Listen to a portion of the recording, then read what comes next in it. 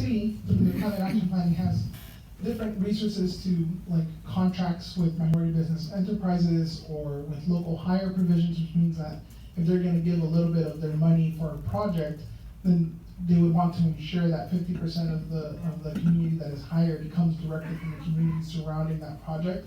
And those are proposals that the NAACP has put together for the city of Eugene in their climate action plan to be able to address climate change so that minorities aren't having to disproportionately drive to work, so that those minority business enterprises, which are minority owned businesses, can be beneficiaries of these city contracts and stuff like that. And so the question is, how would you like the city to engage more with these businesses? Because we know that they engage with the Chamber of Commerce all the time for all of their planning. But sometimes that being part of the Chamber of Commerce provides, it's difficult. So how would you like to see the city go beyond just the Chamber of Commerce and really engage with small business owners in those contracts and climate mitigating, especially a business like yours that is really, it seems primed for climate mitigation and adaptation?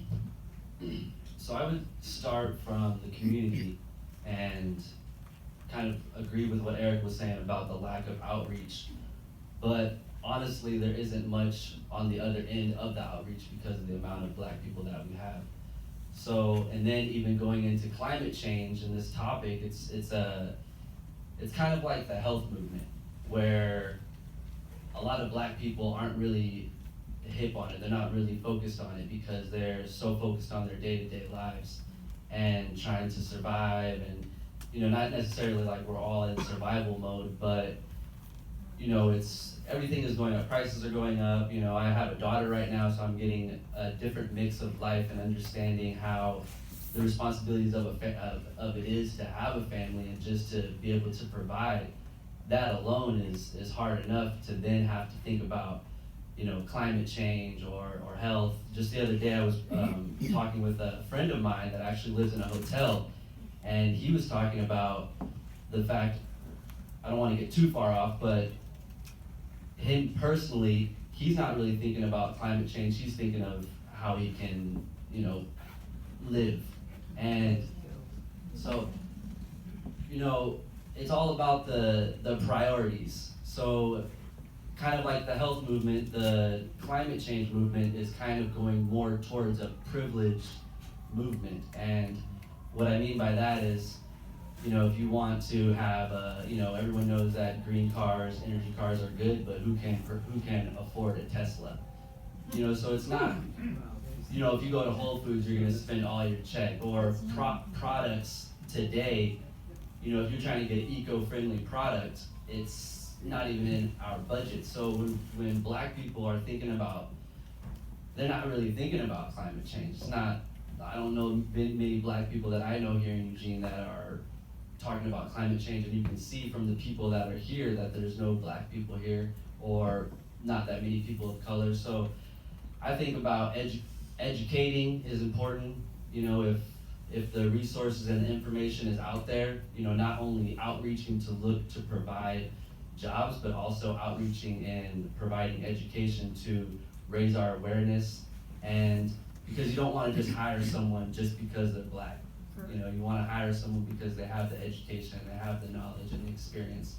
And so in my situation, from my personal experience, I have put a lot of energy into these certifications and understanding. And 2020, I'm hoping to start a firm, environmental firm, with education and consulting, focusing on climate change design, because I do see there's a huge opportunity out there.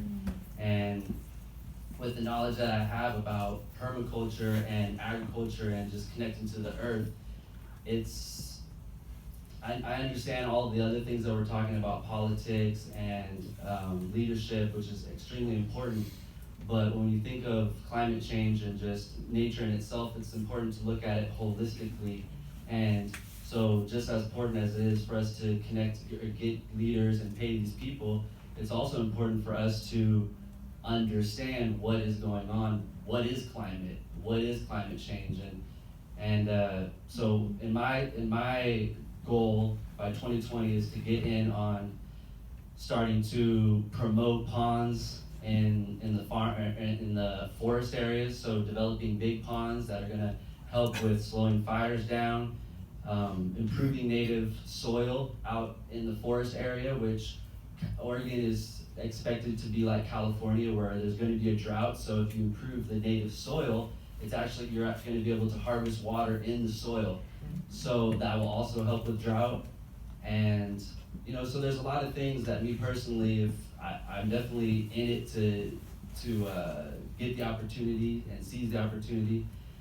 So it's all about, I guess, getting the opportunity from, like you're saying, a city, because they're not reaching me right now, and I have this information. So, speaking from my perspective as a black person, I don't, the outreach isn't towards me, and it takes a lot of work, not only to be, you know, installing, designing, maintaining, but then to have to try to outreach. So I can see why a lot of minorities and colored people aren't in this, on the movement.